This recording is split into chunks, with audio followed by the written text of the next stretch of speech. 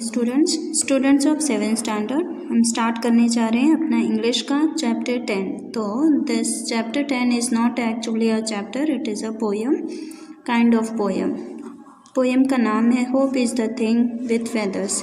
Hope का मतलब होता है हमारी उम्मीदें, इज़ द थिंग यानी कि उम्मीदें जो हैं वो एक ऐसी चीज़ें हैं जिनमें पर लगे होते हैं, यानी अगर उम्मीदों के पर लगे होते हैं तो हम किसी भी उड़ान को आसानी से भर लेते हैं या कहीं भी हम पहुंच जाते हैं अगर हमारे अंदर उम्मीदें कायम हैं तो अब इस पोएम में क्या है वो हम देखते हैं। चलिए, hope is the ability to see the light despite all the darkness. अब उम्मीद ही एक ऐसी क्षमता है जो कि हमारे अंदर लाइट जागरूक रखती है, यानी कि रोशनी बना के रखती है, जबकि हर तरफ अगर अंधेरा हो तो भी उम्मीद की वजह से हल्की सी रोशनी रहती है। This poem stands out as a reminder to all that no matter what the circumstances are, ये पोएम हमें ये सिखाती है कि चाहे जो भी मुश्किल हो, चाहे जो भी परेशानी हो, लेकिन सारी परेशानियों में हमको किस तरह से हल निकालना है या कैसी भी समस्याएं हैं उनका समाधान आपको किस तरह से ढूंढना है। Each and every one of us have an entity within। अब हर इंसान के अंदर कहीं ना कहीं ये हुनर छुपा होता है, उसकी काबिलियत के अनुसार उसमें दबा होता है। That is always there to help us out by singing। और ये कहीं ना कहीं उस रूप में बाहर आता है जब हम कुछ गाने की कोशिश करें। जैसे ही हम कुछ गाने लगते हैं तो हमारे अंदर हमारे दिल में जो उमंगें हैं वो बाहर आती हैं। तो अब उसी से रिलेटेड ये पोएम है कि उम्मीदें किस तरह से इंसान के दिल दिमाग में घर करती हैं या किस तरह से वो हमें आगे बढ़ाती हैं। चलिए, let us start the poem.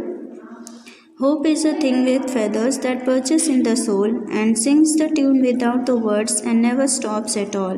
उम्मीद ही एक ऐसी चीज़ है जिसमें पर लगे होते हैं, दैट परचेस यानी कि वो आगे बढ़ती रहती है, नोक झोंक जो भी समस्याएं हों वो सारी समस्याओं को तोड़ते भांजते आगे बढ़ती है और हमारी आत्मा से लड़ जाती है। That sings the tune without the words. अब उसमें एक ऐसी आवाज़ होती है जो कि किसी को सुनाई नहीं देती है, and never stops at all, लेकिन वो आवाज़ इस तरह की तरंगे होती हैं कि वो कभी रुकती भी नहीं है।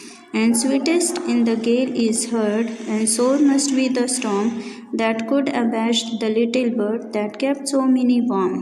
And sweetest in the gale, जिस तरह से गेल एक पक्षी होता है जिसकी आवाज़ जो होती है बहुत ही मधुर होती है, तो उसकी मधुर जैसी वाणी होती है या मधुर आवाज़ जैसी होती है जो सुनाई देती है। एंड सोर मस्ट बी द स्टॉर्म, और जिस तरह से जब तूफान आता है तो वो उसकी आवाज़ दब जाती है, उसी तरह से that could abash the little bird that kept so many warm. अब जब तेज़ तूफान आता है तो उस पक्षी की जो आवाज़ होती है या उसके परों को उड़ा ले जाता है, that kept so many warm, लेकिन फिर भी वो जो तूफ़ान होता है वो तूफ़ान भी गर्मी वाली अगर हवा हो तो कितनों को वो गर्म कर देती है। I have heard it in the chillest land and on the strangest sea, yet never in eternity it asked a crumb of me।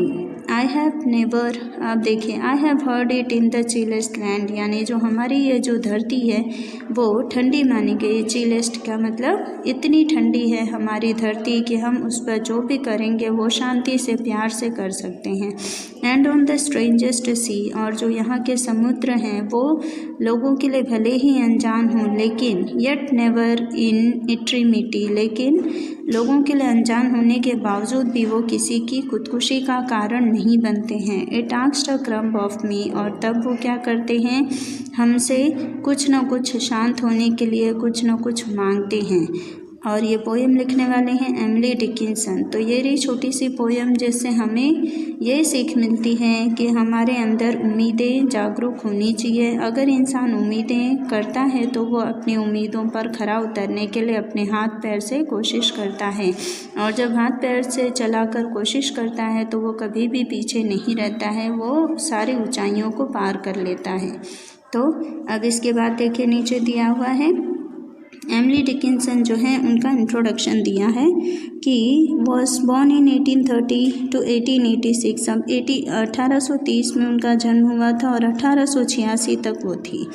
She is an American poet who is widely considered one of the leading poets of America of the late 19th century and one of the towering figures of American literature.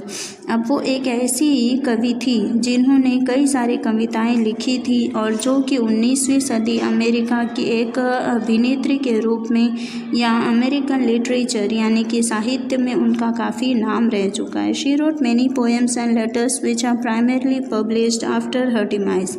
अब उन्होंने कई सारी ऐसी कविताएं लिखी, कई सारे ऐसे पत्र लिखे हैं जो कि उनके डिमाइज के पास, डिमाइज यानी उनकी डेथ हो जाने के बाद में वो पब्लिश हुए हैं यानी छपे हैं, दुनिया के सामने छप कर वो उनके ख़त्म हो जाने के बाद में आए हैं. Some of her famous poems include nature is what I C.